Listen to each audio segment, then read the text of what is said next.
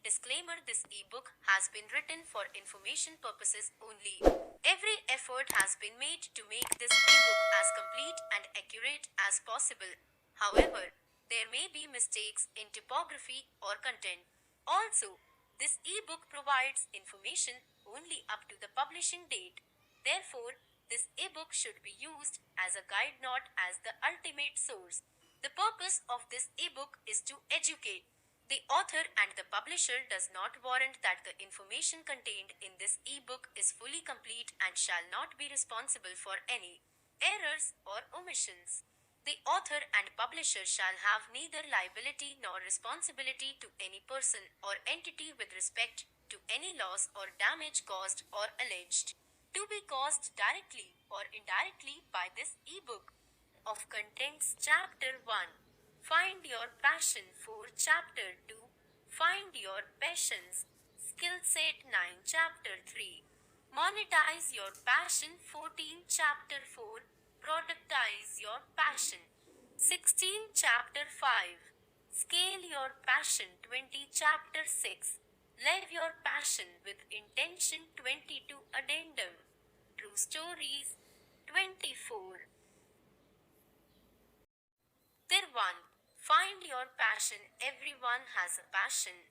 It often manifests during childhood and is pursued through play, or it is stumbled upon as we age, but almost immediate put aside for more practical things like work and building a family. Children are free to actively pursue the things that interest them.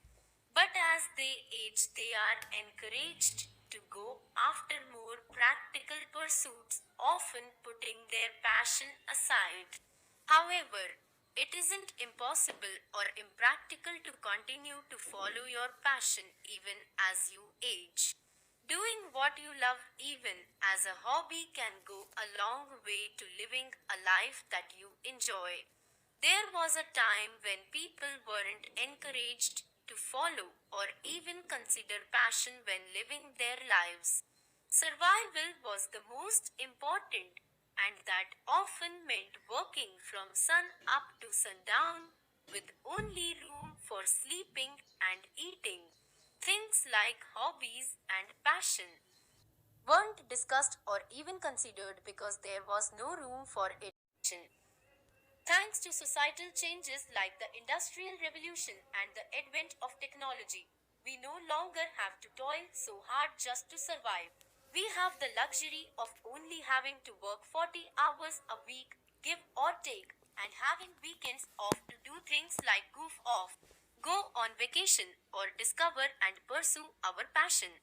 With our overly scheduled lives, that might not seem like much time, but any time spent actively seeking your heart's desire is better than no time at all. Over time, we often forget the passions of our childhood or even the ones we discover as we age. So, discovering our passion is often the first step down a path of actively pursuing it. If you're unsure how to go about discovering your passion, here are some steps to get you thinking in the right direction. 1. Take a stroll down memory lane and make a list. Think back to when you were a kid. What are some of the things you really loved doing? What are some of the things you thought were really cool but couldn't do? What are some of the things you really wanted to try but didn't think you'd be good at it? Write everything down, no matter how silly it may sound. This is a great time to throw practicality completely out of the window and live in a fantasy land, even if only for a moment. Take some time with this, but not too long.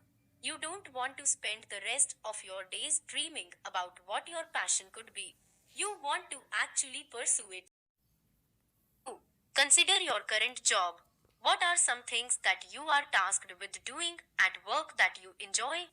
While this may not be as fun as strolling down memory lane, it's important to consider what you enjoy doing as an adult. Make a separate list. It may be best to do this while you're actually at work so you can fully assess your daily tasks. Write down everything that comes to mind, even the most mundane tasks. While it may not seem very cool to write that you enjoy creating spreadsheets or collating papers, it still counts. Passion isn't always considered cool or trendy, but if you love it, you should explore it. What would you do if you had all of the money you needed and didn't have to worry about paying your bills? We all have to work to live. Yes, we no longer have to work from sun up to sundown just to put food on the table for the most part. But we still have bills to pay and mouths to feed, even if it's just your own mouth. This is another fun exercise, and you're allowed to be as fanciful as you like. Practicality has no place in the world where all of our financial responsibilities are met and we're able to just live as we please. Make a separate list. Now that you have these three lists, review them. You may notice some similarities between the lists. Take note of the similarities. If you're a fan of color coding, you can color code them or you can just make a separate list. The similarities you discover will lead you down the road to pursuing your passion. In fact, you may find some passions that are right for you to begin exploring right away. However, don't throw away the other lists. Keep them in a safe place that you can easily access. Some of the other things on your list may be worth exploring at a later date. Even if it's an interest on one list, it could still take you down a path to your passion. The cool thing about passions is that they can often lead to other things you really enjoy.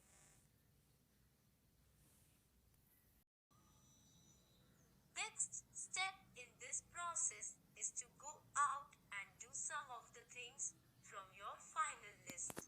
Approach this process in an exploratory manner. Don't rush it. Finding your passion shouldn't be approached like a timed task.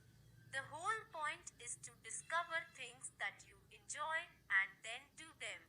I realize that may be easier said than done, but it's an important step in the process. So now that you have a list of some things you'd like to explore, you may be unsure how to proceed. Here are some tips on how to dig further into your newfound passion journey. Take a class. There are tons of classes, both online and offline, on almost any topic around. Do a quick web search for your topic and class to see what types of classes are available. For example, if one thing you wanted to do as a kid was climb trees and you live in Boston, do a web search of Climb Trees class or Climb Trees class Boston and you will begin to find classes, courses and articles about climbing trees and the ones specific to the Boston area. Join a group. There is a wonderful website called www.meetup.com where people are encouraged to create groups around a specific interest. I encourage everyone to create a profile on Meetup.com. It's free to join and is a great resource. Once you create a profile, you can do a search for any interest and the site will show you all of the groups related to that interest in your area. Then you can join the groups and participate in their meetups. The different groups are free to join for the most part. The ones that require a fee are typically very affordable and may be worth the extra investment. It's a great way to not only explore your interests but meet other people who share your interests and possibly make new friends. 3. Read a book if you're not feeling particularly adventurous at the moment but still want to dive into these interests you forgot you had. Reading is a great way to explore it without leaving your house. While I do encourage you to eventually get out into the world and actually explore your interests through action, reading is a good step. You can do a search of your favorite online bookseller, visit your local bookstore, or spend some time in your local library. Get as many books as you can read at one time and spend some time between those pages exploring your interests. The chapter 2, Find Your Passions. Skill set. Congratulations, you've started down the path of finding your passion. By now, you should have at least identified a few things that you are passionate about and be exploring at least one or two of them. Hopefully, you're enjoying this foray into fun and learning more about yourself. In the meantime, let's get back to why you stopped pursuing your passions in the first place, practicality. Of the things we're passionate about aren't really the most practical things to do when you grow up and become a responsible adult. Let's be honest. Who actually feels like a responsible adult when you become one? Once you've settled into real life and started working and taking care of all of the not so fun adult responsibilities, you may find it challenging to do things that don't contribute to your personal bottom line. It may feel indulgent to take time off to do things like fly kites or write short stories when they don't directly contribute to maintaining your household. So while you may do them occasionally, they will often be put off when more pressing responsible concerns arise, like having to take the car in for repairs or take the kids to their extracurricular activities. While doing something purely for enjoyment may feel indulgent, most passion pursuits require a level of skill. Some people really enjoy building websites, and that's obviously a marketable skill. But if your passion is more obscure, it may be tough to find the practical skills behind it. Don't give up and move on to something that you kind of like and abandon your passion. Though it is possible to find the practical skills behind your passion. I am going to take two examples of passions, one more common and the other more fanciful, and show you how it can be done. Their writing. Writing short stories, let's start with the more common one. There are many secret writers out there who love to create poetry or prose, be it non fiction or fiction, but we all know that most authors don't end up on the bestseller list. In fact, most writers never make a dime from their writings. But just because they may not profit from their narrative musings, it doesn't mean that writers aren't building a skill set. While it may seem obvious, there are some skills there that might not be so immediately noticeable as well as the more obvious ones. There are some steps to discover these skills. Objective look at what you do as a writer. When you sit down to write something, take a moment and jot down all of the things that you're doing or are about to do. For example, create a story, B, organize the idea, C, create characters, D, research, describe the setting of the story, E, commit to a project from start to finish, 2. Research the job descriptions of writers. Do a web search for writer job description. This will give you some great insight into the skills built through writing. Or make a list of the skills you find in a few of the job descriptions. B. Go through the list and pull out skills that you feel apply best to you and add them to the first list. 3. Research writers' websites and look at the services they provide. These services might give you some insight into skills you hadn't considered. Add them to your list. 4. Go to writing events and talk to other writers. There are conferences, festivals, and networking events for a wide variety of topics. Find local writing events by doing a web search.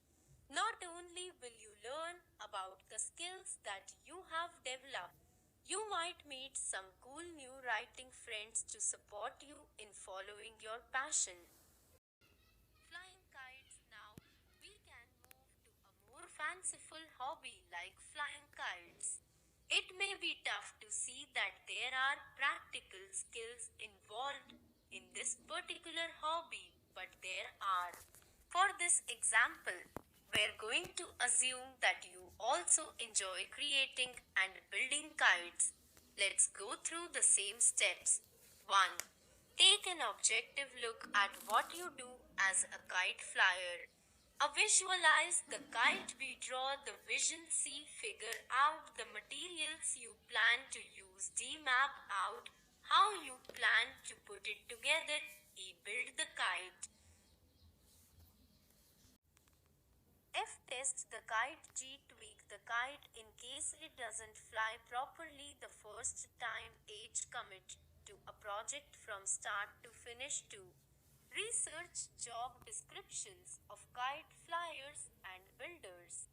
You may not think these descriptions exist, but you'd be surprised at the types of jobs that exist. Kite flying might very well be a viable job somewhere, so it doesn't hurt to look. 3. Do some video website research. Find a how to video on kite making and make note of the steps. Then go through the steps objectively and pull out any skills you notice. 4. Research festivals, events, and conferences related to kite building. Many of the more obscure or fanciful passions have festivals, events, and parties created around them. These events will often have seminars and workshops that discuss the more technical aspects of the hobby. This is a great place to find those hidden skills you may be developing by building and flying kites. As an added bonus, you will begin to meet people who share your passion and might make some new friends. As you can see, it is very possible to find practical skills that are being developed by pursuing your passion. Plus, since it's something you truly enjoy doing and actively pursue, you're going to be really good at it. Chapter 3. Monetize your passion. Once you've identified the practical skills behind your passion pursuit, you can consider having it make money for you. The really cool thing about any kind of specialized interest is that there are other people out there who share that interest. When your interest is really unique, it can be a very niche market, but those people are also often very involved in their unique interests. But even if your passion is in a more general arena, there are ways to make money from it. A job. Since you've already done some research on job descriptions that relate to your passion, you can look further into those descriptions to see the kinds of companies that hire those people. If you are able to secure a job and use your career to pursue your passion, kudos. Many people aren't able to work in an area they're passionate about, and you should fully enjoy and appreciate this opportunity. If you don't find a job right away, consider volunteering for an organization. You could support a positive cause while doing something you love. Start a membership website list. Many experts create websites or email lists where they share information on a regular basis for a monthly fee. If you enjoy flying and building kites, you could consider creating a membership list where you email members weekly tips on how to build better kites. Membership programs are great because they create income that comes in on a regular basis. As long as you continue to provide valuable information and good service to the members of your list, you will have a steady stream of income. One way to get subscribers for your list is by attending those events, festivals, and conferences mentioned in the previous chapter. You can request people's email addresses and find out if they'd be interested in signing up. Create a blog. Blogging is very popular and can be a great way to share your knowledge and passion while making money from it. With a blog, you can make money promoting products, selling ad space, or selling products. Plus, by blogging about something, you get the opportunity to showcase your knowledge and discuss your passion. Chapter 4, Productize Your Passion. As I mentioned in the last chapter, selling products is a great way to monetize a blog, but you can create and sell your own products without having a blog. Ideally, you should have some access to an interested audience of people to buy your products, but even if you do, you can still benefit by creating some. Now that you've done some research into your topic of interest and you know that you're not alone, you can rest assured that there are customers for your product. Book. Ebooks are a great way to share your knowledge about a topic easily and independently. Typically, ebooks aren't expected to be hundreds of pages long, which make them much easier to write than a novel. The length isn't as important as the quality of information, but it should be more than just a few pages to make sure the buyers of it feel they've gotten their money's worth. As you know, many people purchase and read ebooks like you're doing right now on their computers, smartphones, or tablets on a regular basis. The key is to ensure that the information being provided is valuable. Even if you're writing on a topic that you're very knowledgeable about, do some research to make the book the best it can be. Course, passion pursuit. If you prefer talking to writing, a video course is another way to monetize your passion. All you need is a camera that can shoot video, a tripod, and an easy video editing program. Most computers, both Mac and PC, come with a basic video editing program. Macs come with iMovie and PCs come with Windows Movie Maker. However, if your computer doesn't have either, you can download Adobe Premiere Elements, which is another easy to use video editing program that works on both operating systems. You can download a trial to practice using it with limitations and then upgrade for less than $100. Once you have the technical tools, you're ready to record, but now you need a plan for your course. 1. Determine the goal of your course or your desired outcome. It helps to know the end result of the course, then you can work backwards.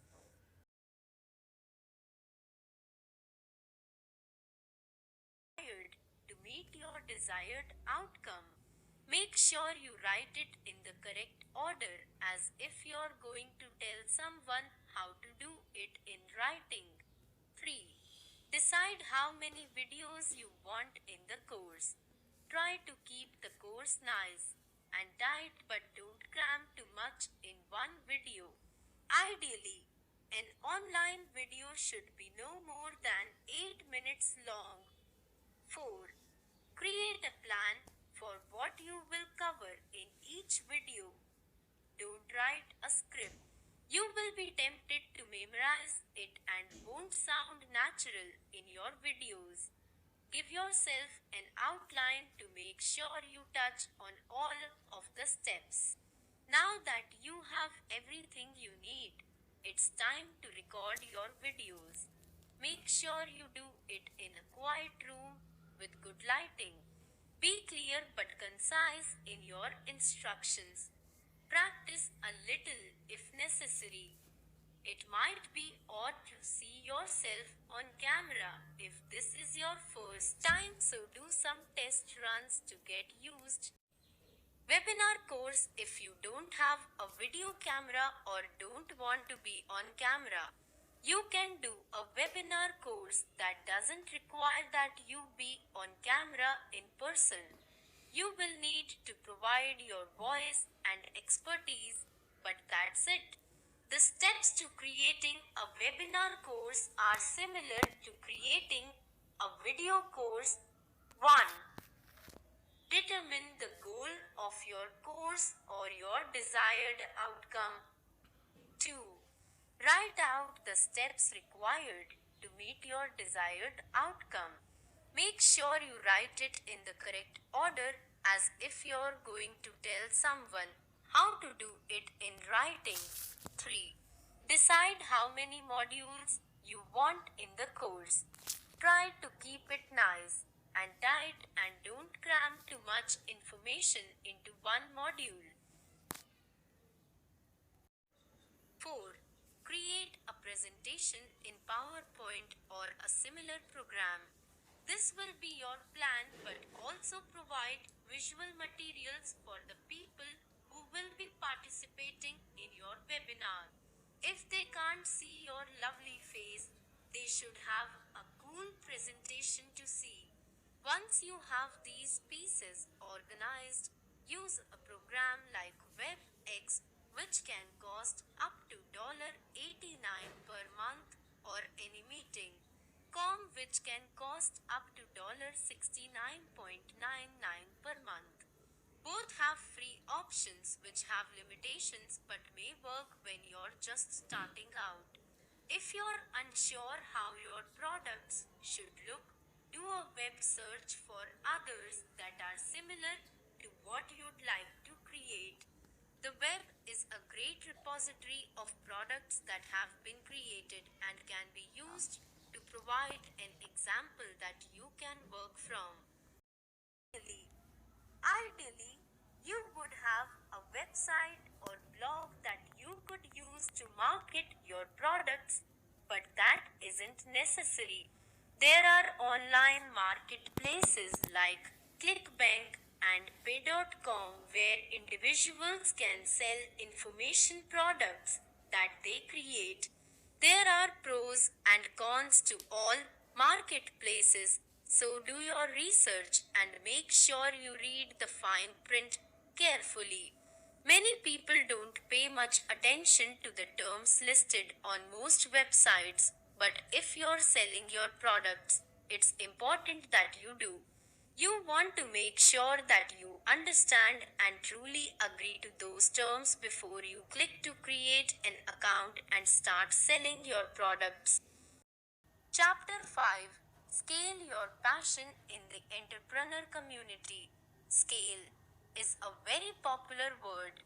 It can mean several different things, but in this case, it means growth. If you are able to take your passion and turn it into a business, that's a wonderful thing and should be applauded. If you can take that same business and successfully scale it, that should be commended. While it may seem like an unnecessary factor to consider, there are many businesses that make income but can't handle explosive or consistent growth. Some businesses are created to be and remain small. There's absolutely nothing wrong with keeping your workload small and easy to manage, but if you want to turn your passion into a viable business that supports and sustains you, it has to be created to grow. For example, if your passion is writing short stories, you can make money by writing short stories for other people. If it takes you 3 days to write and edit a complete story and you work on your stories Monday, Friday from 9 am 4 pm, you would only be able to churn out about 1.5 stories a week. If somehow the word got out and five people asked you to write a story apiece and they were all due in 1 week, you'd end up working a lot of overtime or have to turn away potential clients. This business model is not built to scale. Limited to the number of stories you can produce, and if you want to get more clients, you'd have to adjust your hours. Write stories faster or hire other writers. It can be hard to make those kinds of changes once you've started working. But if you go into it knowing that those things will have to happen, you are more apt to be prepared when the time comes. One reason why many new businesses fail in the first 3 years of existence is that they're not built to properly handle growth. Yes, a lot of customers is a good problem to have, but only if you can take advantage of the opportunity. There are definitely some other processes that can be put in place to help with scalability, like automating or outsourcing some of your business tasks. But with any process, it takes time and preparation to really benefit from them.